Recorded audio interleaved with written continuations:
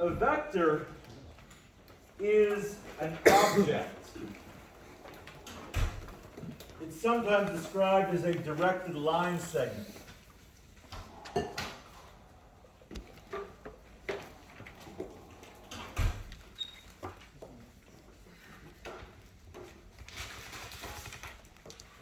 This is section 9.1.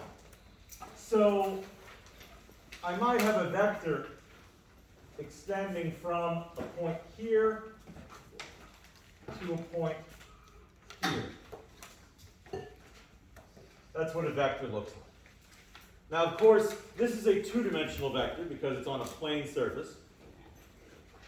But the concept of vectors extends into any number of dimensions. We will be examining vectors in 3 dimensions. We're not going to try to graph them.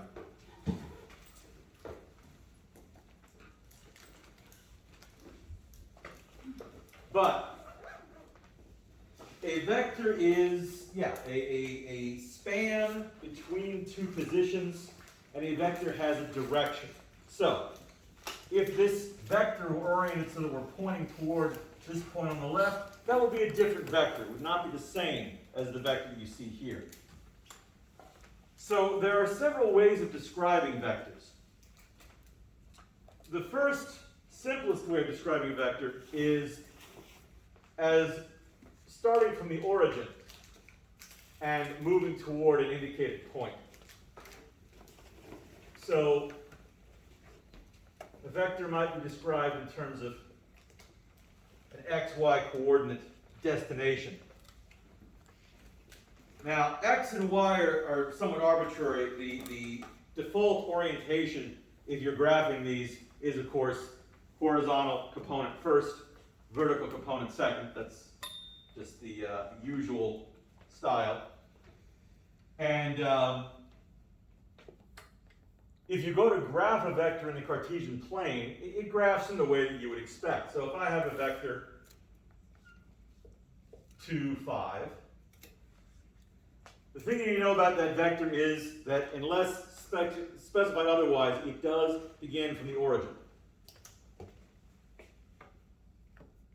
So from the origin, that vector proceeds to the point 2, 5.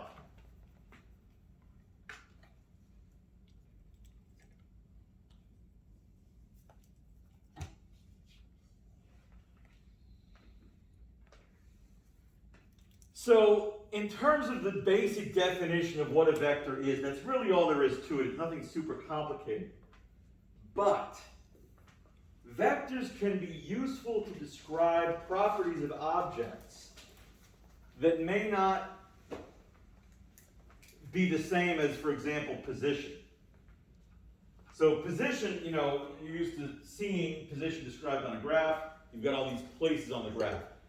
But objects have other properties that may differ at different positions for that same object. For example, if I were to toss this marker toward the back of the room, it would occupy several positions along its path, rising to a peak and then falling before it hit the ground.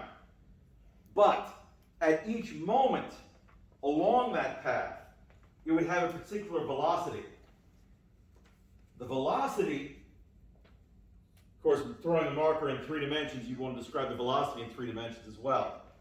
And the velocity at each point in the marker's path would be different depending on where it was. The velocity is going to become more and more negative as it flies through the air. Negative meaning downward, because gravity will exert its pull. So even though the marker may rise when I first throw it, as gravity pulls more on it, it will slow in its upward motion. When it hits the peak, it will start to fall, and it will fall more and more rapidly until it hits the ground. So I can use vectors to describe the velocity of the marker at a particular moment as well. It's not going to be the same as the position of the marker. You can also use vectors to describe the acceleration acting on a body. So in physics and in kinematics in particular, vectors are a really useful way of describing the behavior of bodies in motion. This is the definition, but you can use the vector to describe the behavior of an object at a specific point. So even though the object may be, at just a particular point, its velocity extends in a certain direction and has a certain magnitude. So even though the marker at any moment is in only one spot, its velocity is going to be moving, so to speak. There will be a vector extending from that point, indicating the speed, so to speak, of the object. So vectors are useful for that. And again, for acceleration, you have a whole different set of conditions. But in that way, we can use vectors to describe, for example, the forces that act on an object. And this is typically how forces are described. So, for example, if we look at the computer monitor right now, the computer monitor is at rest. It's not moving, it is static. At least with respect to the rest of the room. Of course, it is moving very rapidly with respect to the Earth's axis because the Earth rotates. But with respect to the room, the monitor is stationary, meaning that all of the forces acting on the monitor right now are canceling each other out. It doesn't mean the forces don't exist. So there's a force due to gravity. There are trivial forces due to air currents in the room.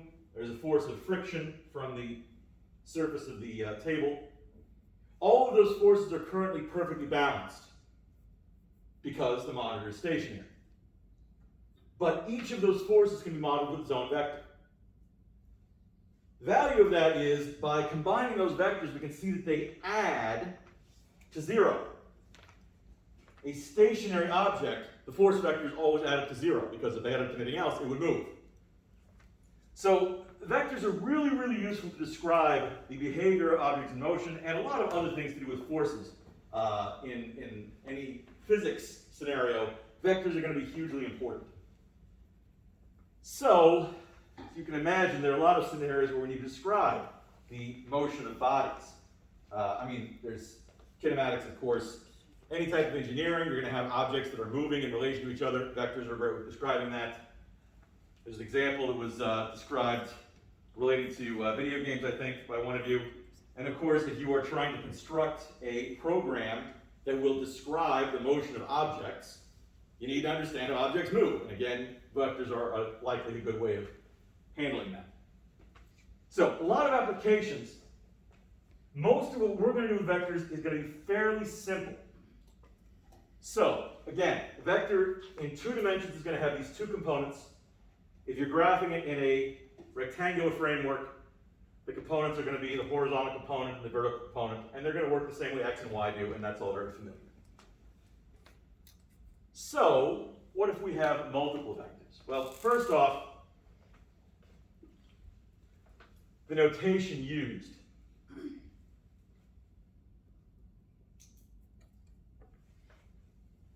If you have 2 vectors, it's fairly typical to describe them as vector u and vector v.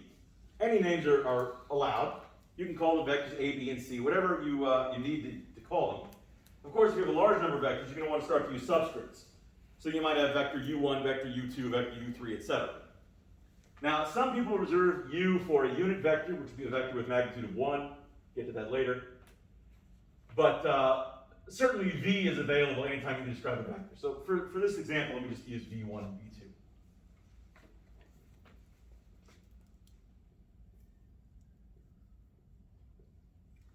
So if vector v1 is equal to 1, negative 2, and vector v2 is equal to 3, 2, vectors are objects, in the same sense that a number is an object, but the properties are very different. So, while you would perhaps think of a coordinate pair, 1, negative 2, as consisting of the x and y coordinates, in this case, vector v1 is a single object. The thing about vectors is they're not what we're used to when we think of numbers. What we're used to when we think of a number is what we're now going to call a scalar.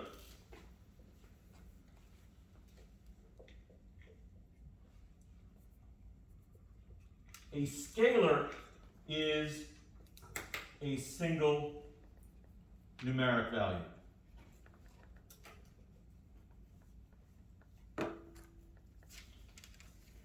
all of the numbers that we're familiar with, scalars, including the complex ones. We're not going to deal with complex numbers in this context, although it will look like we are because the components for the vectors are sometimes labeled with I and J. So there will be some i's flying around, but we're not actually talking about imaginary numbers at this point. So the number 1 is a scalar. The number -2 is a scalar. The vector 1, -2 is not a scalar, it's a vector. So, just like there were some operations that we could apply to complex numbers, there are going to be operations available for vectors. Unlike complex numbers, where the traditional operations almost always work just fine, there are some operations that we're used to with scalars that simply don't apply to vectors. Addition works fine. So I can say vector v1 plus vector v2. And when you add two vectors, you simply add the corresponding components. That's it. So vector v1 plus vector v2 would be the vector 4, 0. Nothing really mystical or complicated about that. You just add up the first components, you add up the second components, done. I can also subtract vectors.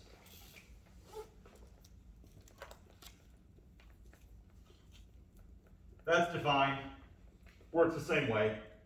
1 minus 3 is -2. -2 minus 2 is -4. No problem. However, there is no multiplication operation for vectors. So if I were to say, what's vector v1 times vector v2?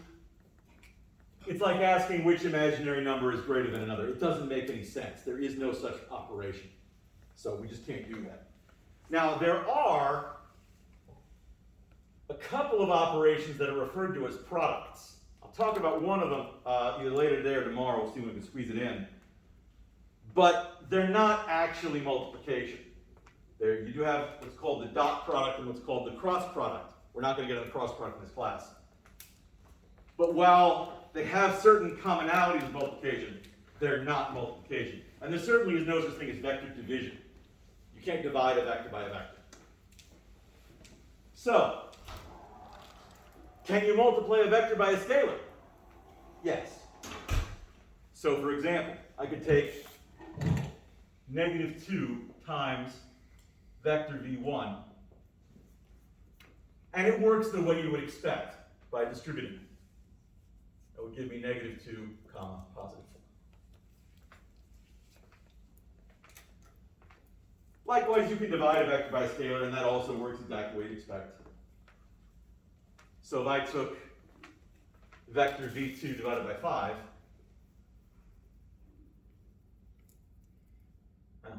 probably better to say 1/5 times vector v2, because the division strictly isn't defined. So I have 3/5 and 2/5. That's what you call scalar multiplication, when you multiply a vector by a scalar. So those are a couple of the operations you have to be familiar with vectors. There is, as I mentioned, one other, well, there are a couple others that I'll talk about, but there is something called a dot product, when you can apply the dot product to vectors, but I'll get to that in a moment. So, vectors are objects that have both magnitude and direction, which means we should be able to describe the magnitude and the direction of a vector. Well, the magnitude of a vector is pretty straightforward. In fact, you probably figured out what I've been telling you. First of all, the symbol for the magnitude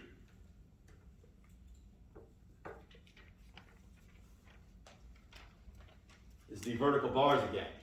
These get used a lot. And the reason why that they're used for so many operations is that there are a lot of contexts where you have operations that kind of work the same way and mean the same thing. And so we use the vertical bars to show that commonality. So the magnitude of a vector, considering a two-dimensional vector, what would you expect, how would you expect to calculate the magnitude of the two-dimensional vector? Like if I wanted the magnitude of vector v1, for example.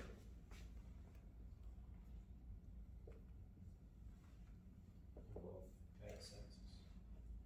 Above X-axis. Isn't it modulus? It's similar to modulus. In fact, the procedure is the same basically as what we do if we're finding the modulus. Technically, it's a different operation because we're talking about vectors now instead of complex numbers. But the procedure is the same. I'm going to take the square root of 1 squared plus negative 2 squared. So in this case, it's the square root of 5. And the magnitude of a vector is equivalent to its length in a plane or in space. The reason why it's tricky thinking about it as length is if I were talking about the magnitude of a force, the force may only apply at a single point. But there's a big difference between applying a 10-pound force and applying a 100-pound force. So the magnitude of the force is going to tell you how much force is being applied to that point. Even though there's no motion, there's no direct, there's no distance. It's certainly got a direction, there wouldn't be a vector. But the object may in fact be static. For example, this monitor weighs, I don't know, 7 or 8 pounds. And there is currently a force of gravity that the monitor is exerting on this desk of 7 or 8 pounds. It's not moving, but it has a magnitude of 7 or 8 pounds. Simultaneously, of course, the desk is exerting 7 or 8 pounds upward against the monitor, and that's why it is not moving. The forces cancel each other out. But the magnitude of a vector, well, it's true that if you were to graph that vector, it would look like length. It doesn't mean that the vector occupies multiple positions. The vector might only be touching one point in a physical sense. But calculating magnitude is not hard. So what would be the magnitude of vector v2? 13.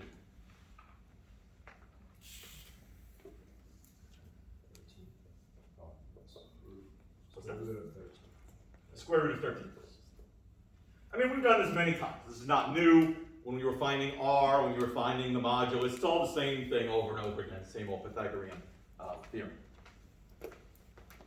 So, what can we do with vectors? I'm going to just look through a couple of the homework problems to give you a sense of what these are going to look like. I'll revisit this tomorrow and I'll go into some more detail, but for now I just want you to get a sense of the practical applications.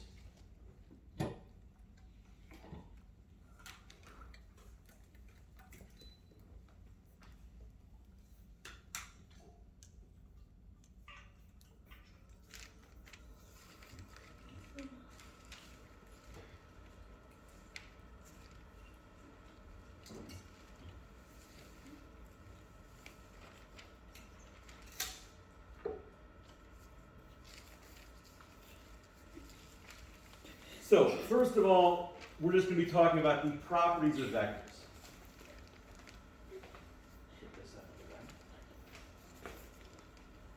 Now, in a printed text, you'll often see vectors identified with boldface.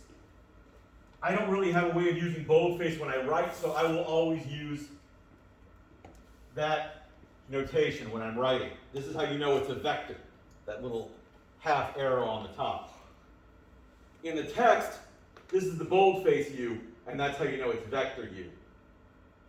And that's cute and all, but since I can't do it easily when I'm writing, it's not very helpful. I wish they just used the half arrow notation instead. They don't sell like wide expo markers. I don't have a consistent line weight. I'm not that good with my writing, so I think that would be very risky to try doing that. So we have a vector W, and it's identified with the components A1 and A2. So, how would I describe the magnitude of vector W? Square root of A1 squared plus. Right.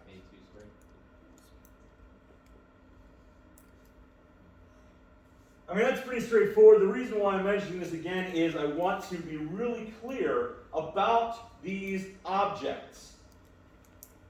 W is a vector. A1 is not. A1 in this context is a scalar quantity. A2 is a scalar quantity, which is good because you can't square a vector. It doesn't make sense. There's no such operation. So if A1 were a vector, this would be gibberish.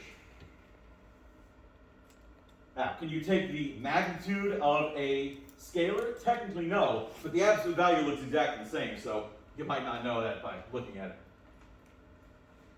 So if I were to apply that to the vectors in the figure, you just apply the formula, no big deal there.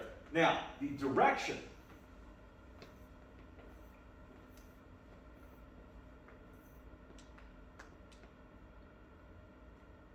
Make sure I'm following their wording here. The length.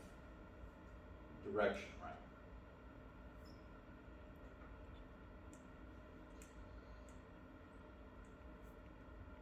Huh.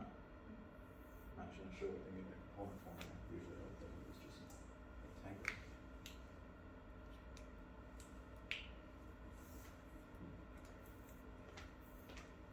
Check the notation from the book here.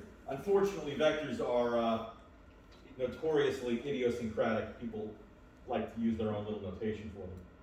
We just see what the book is using.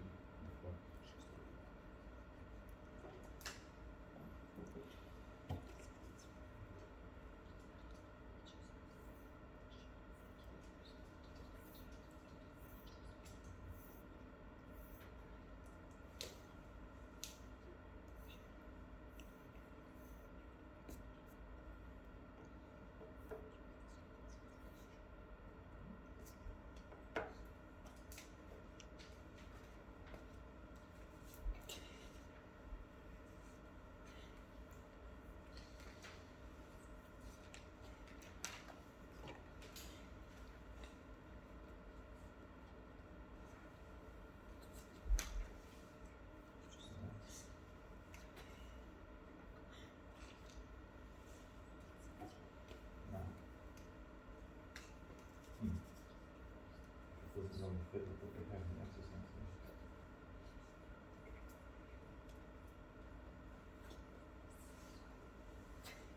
Okay, I guess they're a little different from, I mean, you can kind of see a lot of the stuff is definitely the same. You can see the vector addition and the scalar multiplication, all that's the same.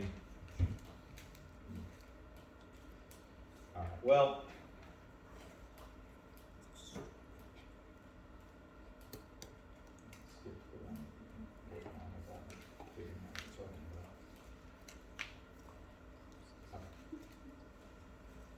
so, visually speaking, how do vectors work? Some of it's very straightforward. For example, scalar multiplication is, well, the reason why they call it a scalar is it's how it scales. So, if this is vector u, what would you expect 3 times vector u to look like? Right, the magnitude would be 3 times as big, the direction would be unchanged. So I have a vector that went this far and this far and this far. So, to be more precise, here's 1u, here's 2u, here's 3u. 3 times vector u should look like this. And that's all there is to it, nothing complicated. This one looks about right. Wait, what's vector v? What's vector v? Vector v is this vector here. What do you mean, what's vector v? What's vector v? Oh, nothing. Yeah. Well, they might have asked about vector v instead. Often multiple objects will be provided and you only ask a question about one of them at a time. In this case, we didn't need vector v for the question that was asked. But here we do. Here we're adding vector u and vector v. Now, when vectors are added, the resulting vector can be found by attaching the vectors tip to tail. So, if I wanted to say u plus v, I can extend up to u and then apply vector v from there. Vector v goes 3 right and up 2, and it's going to do that from here, 3 right and up 2.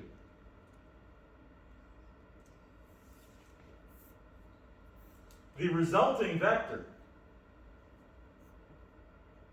that's u plus v. And of course, if you flip it, you get the same thing, right?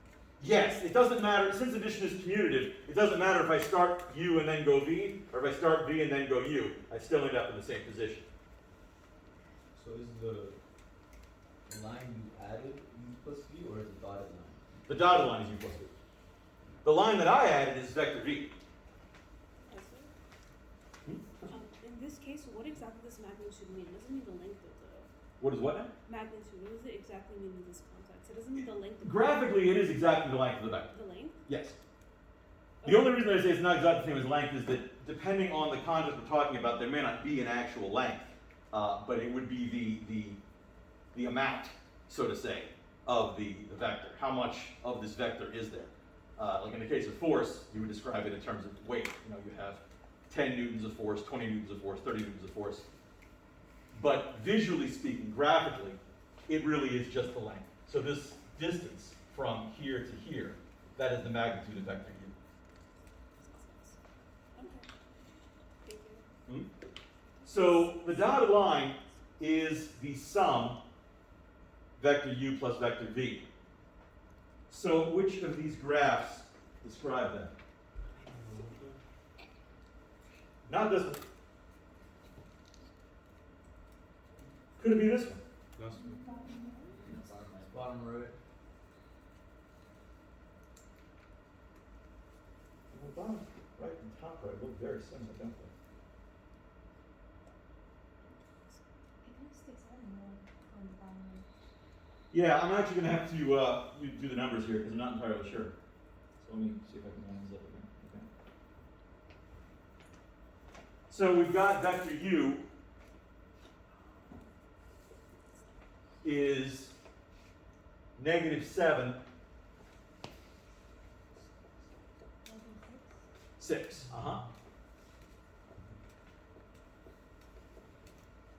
Vector v, 3, 2. So when I add them,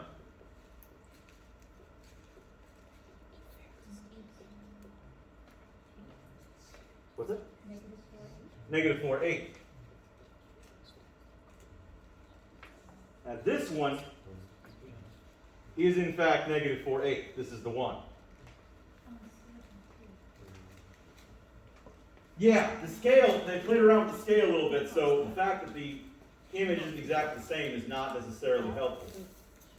Now I can definitely rule out the top left right away. It's pointing the wrong direction. The other are all pointing up to the left, and it should be pointing up to the left, but this one is a little too long. This one, the orientation isn't quite right. It's this top right one here.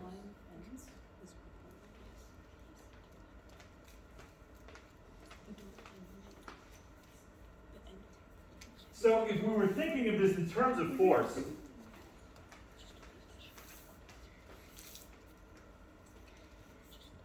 if I have an object situated at the origin, and both forces are applied, that is the actual force that will result. -4, 8.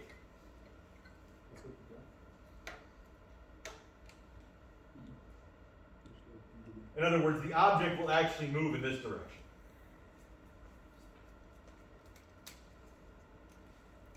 So, in statics, when the object is not moving, all of the forces cancel each other out. If a force is in motion, it moves in the direction of the sum of the forces. In this case, the sum of the vectors. So,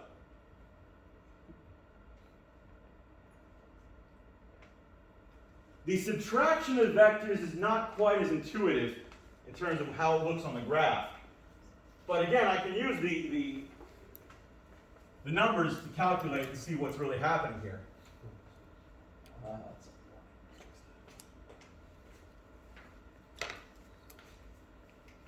There we go. So, vector v is in this context 3, 6.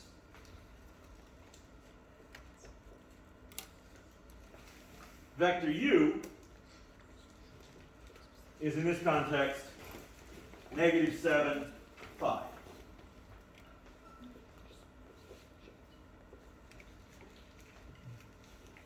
So, one way that I could think of v minus u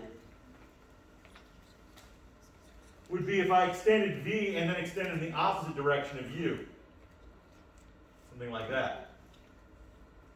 Of course, if I extend minus 2u, I'm going to extend v and then extend in the opposite direction of u, but go twice as far. I should have it somewhere down here. So in terms of the actual calculations, it'll tell us more precisely. If I do v minus 2u, what should I get?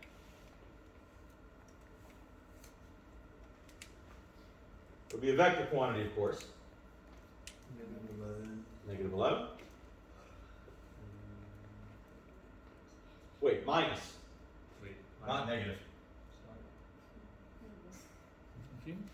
Minus 2u. So yeah, 2 times negative 7 is negative 14, but I'm subtracting 17. Negative 4.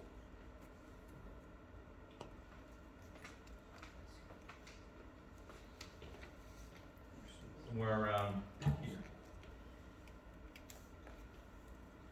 Again, if I went to the end of v, and then the reverse of u twice, so the reverse of u would go down like that, and then down like that again, and that's about right it up here.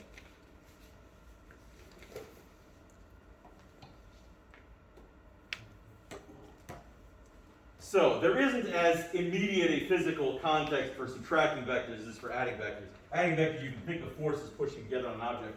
Subtracting vectors, I mean, if they were forces, you wouldn't be subtracting. So it's not as straightforward, but it kind of works the same way mathematically. As far as graphing it goes, it would extend from the origin to this position, as shown by the 17, negative 4 vector. So it's just a matter of identifying which graph looks like.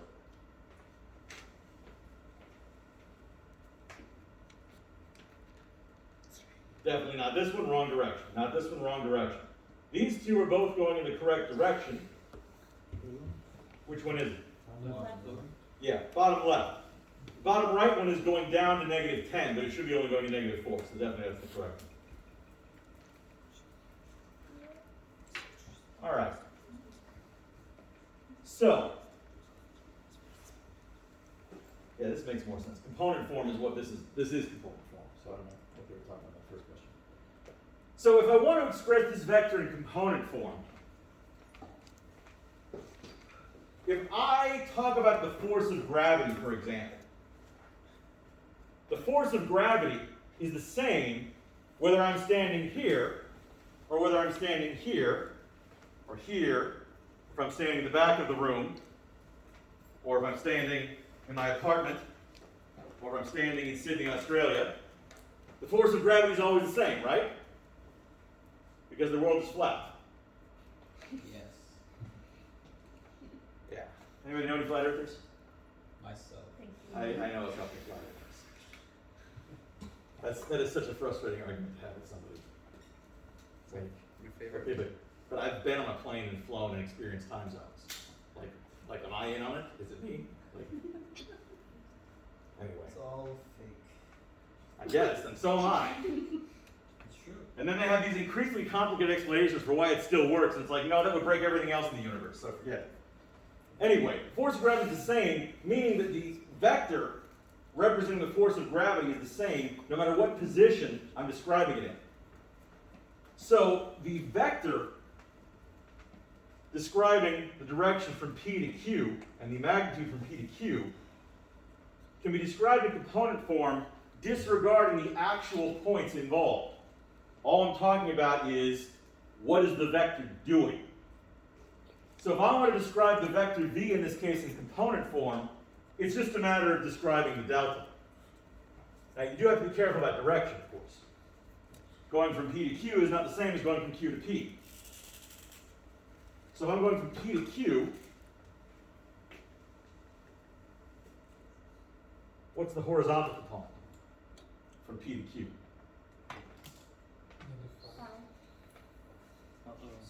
Nine. And it is negative. It is 9. Because I'm going to the left. What is the vertical component from P to Q? Eight. 8. Negative 8. What will be the component form of the vector going from Q to P? Oh, it needs to be opposite. It would be 5, 8. Because I'm going in the exact opposite direction. So, you got to know what your initial point is and what your terminal point is. Because it'll reverse everything if you get it backwards. So, I can describe that vector from any position. It's a force that pushes 5 units to the left and 8 units down.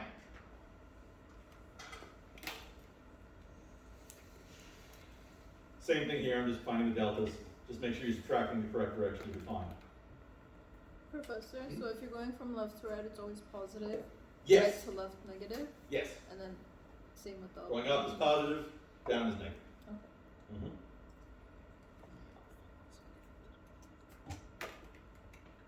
So, U is the vector in component form.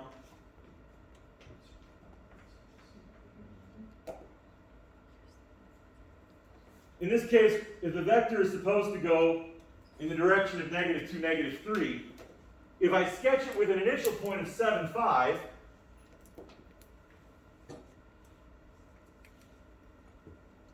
is this going to be about right? No. Close. But that appears to be going more like negative 3, negative 2. This is probably going a little bit more. In a case like this where the scale is too big, it's a little hard to tell. But this looks like the point 7, 5 to me. And then from there I'm going to the left and 3 down. Of course, applying the vector to the initial point will tell you exactly where the terminal point should be, and that can help as well. So we should end up at the point 4, 2. Ah, so that's not quite right either. Oh no, 5, 2, sorry, 5, 2, so it is this one.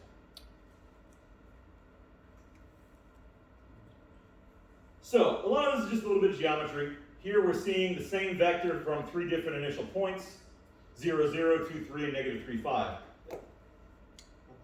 So in all of these you can see that the vector is the same, but the vector should be the vector 5, negative 3. 5 to the right, 3 down.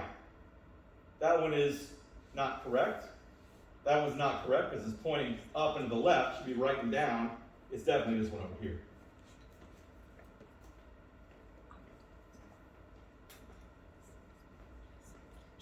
And some more basic geometric applications here. So, another component form that can be used to describe vectors, and again, there's not a lot going on here. If I wanted to write the vector u in terms of I and j, once again, I here does not refer to an imaginary number. For that reason, when I am writing, I typically write the I and the j with a notched dot over them, like so. I'm not going to ding you if you don't do that, but it might make it hard for me to read your work if you don't, because it's going to look like I looks like I, and they're not really the same thing.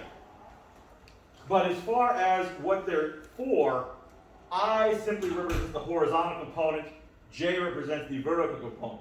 It is worth mentioning that I and J are vectors. So, I is the vector 1, 0. And J is the vector 0, 1. By combining a bunch of i's and j's, you can make any other vector. But as far as writing this in terms of components, it's super easy. If the horizontal component is 0, there's no i's. So this is just going to be negative 4j.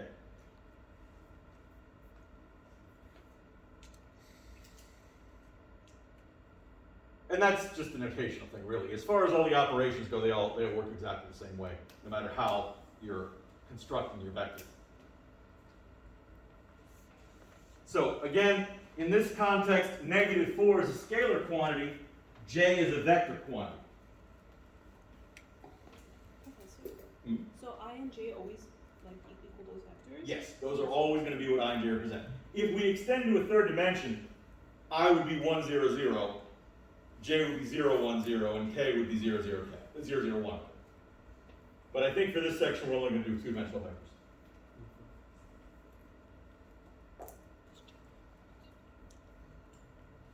And then there's a couple more practice problems where you're just doing additions, subtractions, scalar multiplications. Real basic stuff you should find. Question. Can vectors be represented with like parentheses? Because you're using like No, that would be misleading. Because when you see the parentheses, you're assuming that it's a coordinate pair indicating a single point. The sort of arrow brackets indicate that we're talking about a vector connecting 2 points, not a single point. So, in other words,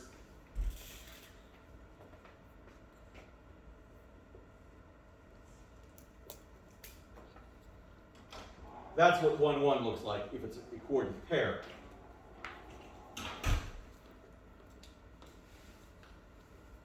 That's what 1, 1 looks like it's a vector. They are not interchangeable. And without the notational difference, it'd be really hard to know which one's which. So you gotta be careful with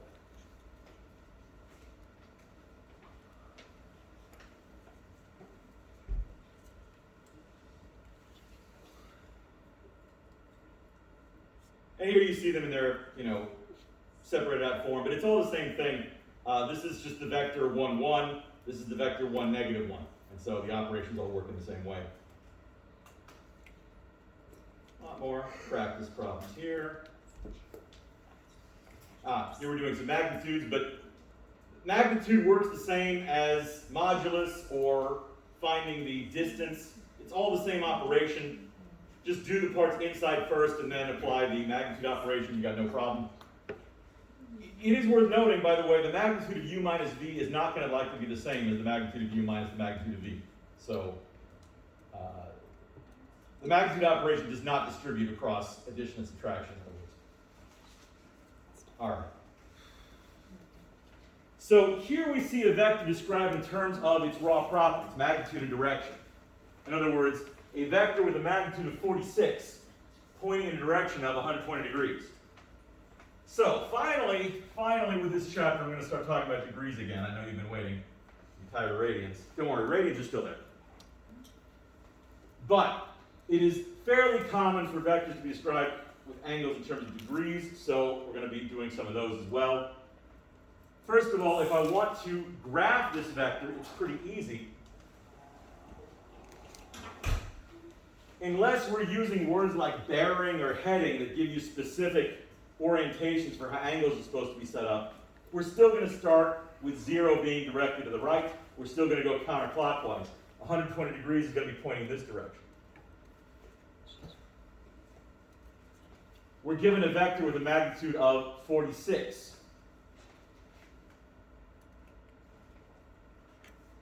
So if I want to describe the components of that vector, it's going to be a pretty familiar process.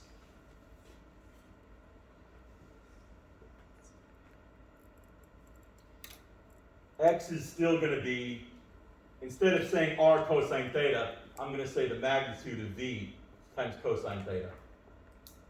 And y is going to be the magnitude of v times sine theta.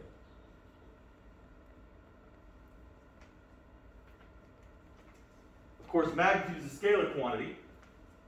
Sine and cosine are scalar operations. So x is just a scalar times a scalar. It's going to be a scalar. Well, v is a vector once I take the magnitude of it. V is a vector quantity, but the magnitude of it is a scalar quantity.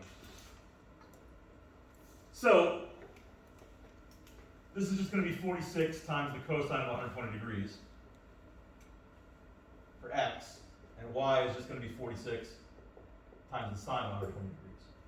So Should we still keep our calculator in radian mode for this? No, these are degrees. So if you're using your calculator, you should definitely have it degree mode. But you shouldn't be using your calculator because 120 degrees is on the unit circle. 120 degrees is equivalent to 4 pi over 3. Sorry, 2 pi over 3, you're right. 4 pi over 3 is 90%. 2 pi over 3. So the cosine is going to be 1/2. And the sine is going to be root 3 over 2. Except the cosine is negative. So that would be negative 23 and 23 radical 3. So the vector v could then be written in component form as negative 23 comma 23 radical 3. Or using the I and j notation as negative 23i plus 23 radical 3 j.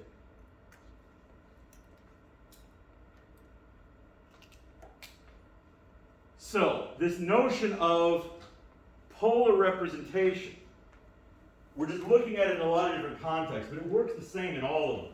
Whether we're talking about polar coordinates, or the polar form of complex numbers, or in this case, the polar representation of a vector. It's all the same idea. You can describe any position in terms of its direction and its distance from north. Nick, question? What was that second form with the i's and j's? I mean, it's still, well, I guess I shouldn't call it component form. It's an I and j are component vectors. I don't know. The notation here is a little funny, the terminology, I mean.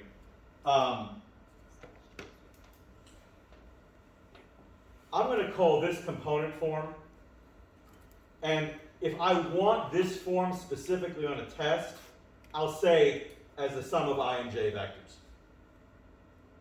Why even write it?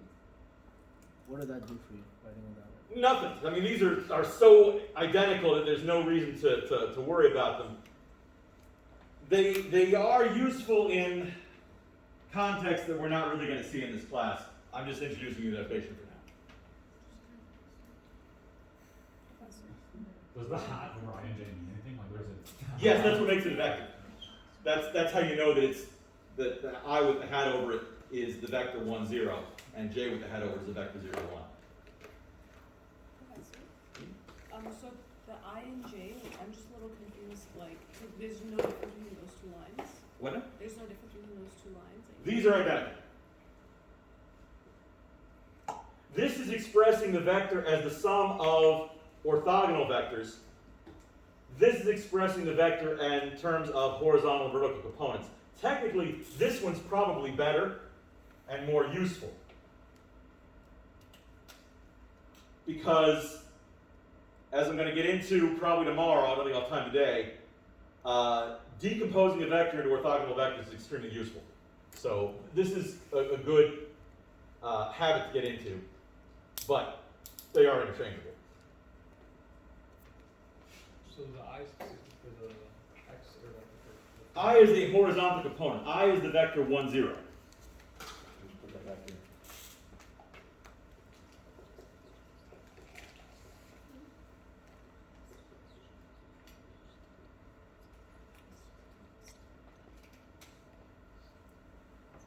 So the advantage of this is that it means that I don't need to ever depart from the sort of vector universe.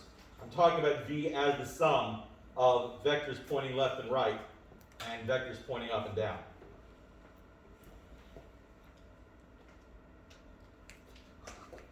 So 23, you're converting from the component form to more of a polar form. We've been doing this for a couple of chapters now. Basically, the magnitude is going to be, negative root 2 over 2 squared plus negative root 2 over 2 squared. Adds up to 1. Take the square root of that, you get 1. The direction, what direction is that in? We're doing negative root 2 over 2, negative root 2 over 2. Third quadrant. Third quadrant? 5 5 pi over 4. They want it in degrees.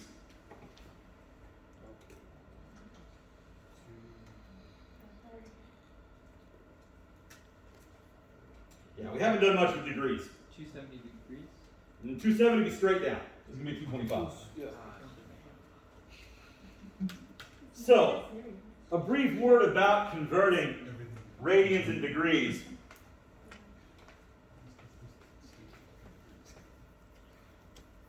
Some degree measures you end up memorizing because they come up so often, but generally speaking, you can convert radians to degrees with this conversion factor.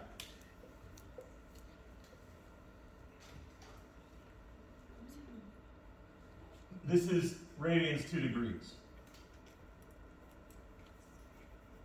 So you know that it's 5 pi over 4. If you multiply 5 pi over 4 by this conversion factor, you get 225. Going the other way, of course, you just flip it over.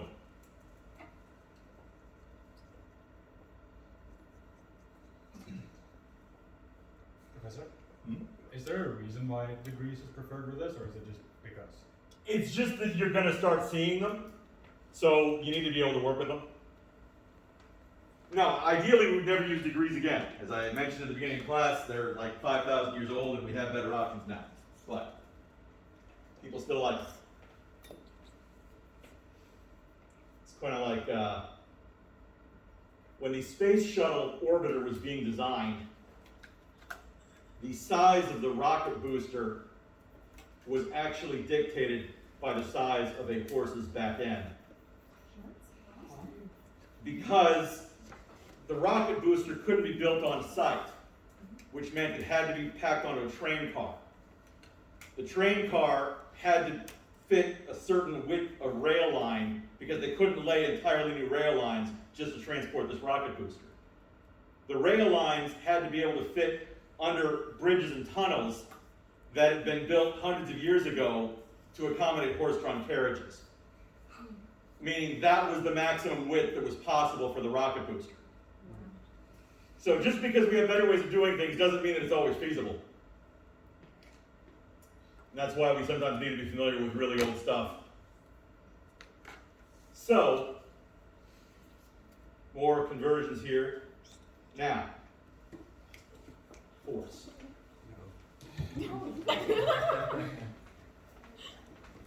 A man pushes a lawnmower with a force of 28 pounds exerted at an angle of 30 degrees to the ground. Now, why doesn't he push it horizontal? Well, in theory, he could. What would that look like? He's holding it from like the bottom of the wheel. Right, he'd have to crouch down to here so that he was pushing it straight horizontally. Not really the best position to mow a lawn from. I mean, I don't know if any of y'all are actually mowed a lawn. This is LA. But no, a lawnmower, of course, has to be in contact with the ground. So unless you're crawling along the ground pushing it straight forward, you're going to have to push a handle instead. The handle is going to be at some angle to the horizontal, which means your force isn't being pushed directly to the lawnmower, and some of it is going to get effectively lost. So, got this lawnmower here, we've got the handle here, is the lawn. Angle of 30 degrees to the ground.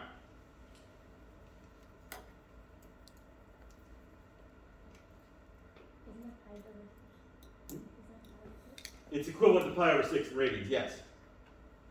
So,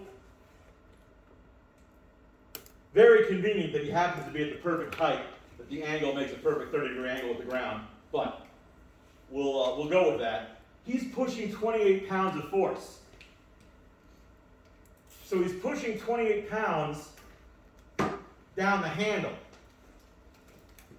But the horizontal and vertical components are really important because the vertical component is completely wasted. The vertical component is him pushing the lawnmower down into the ground. That does nothing. He just needs to push it along the ground. So I can decompose this vector very easily into the vertical force and the horizontal force. How can I do that? If I call this x here, I could do that, but there's a much faster way.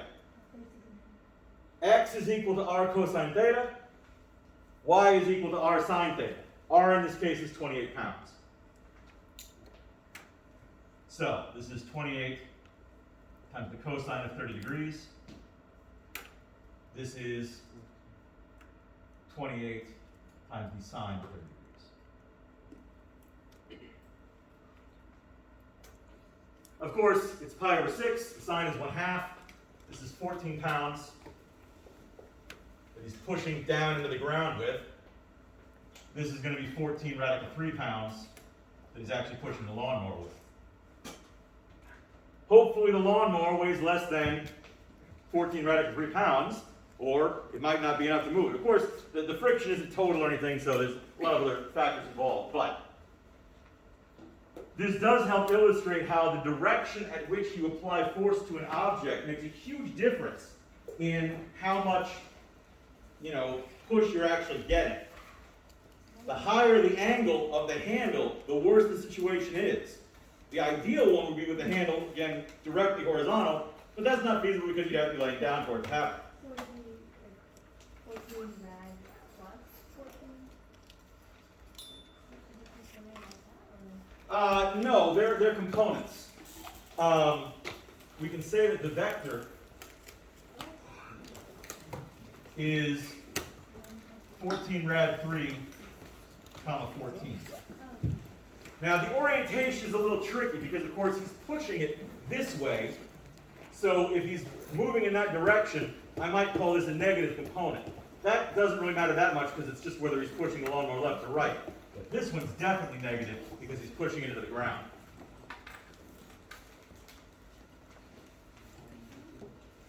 All right, that's all the time we have for today. I will return to vectors tomorrow. We're not going to take too much longer. I'm going to get into chapter 10 as well. Good news, section 10.3, you've already done.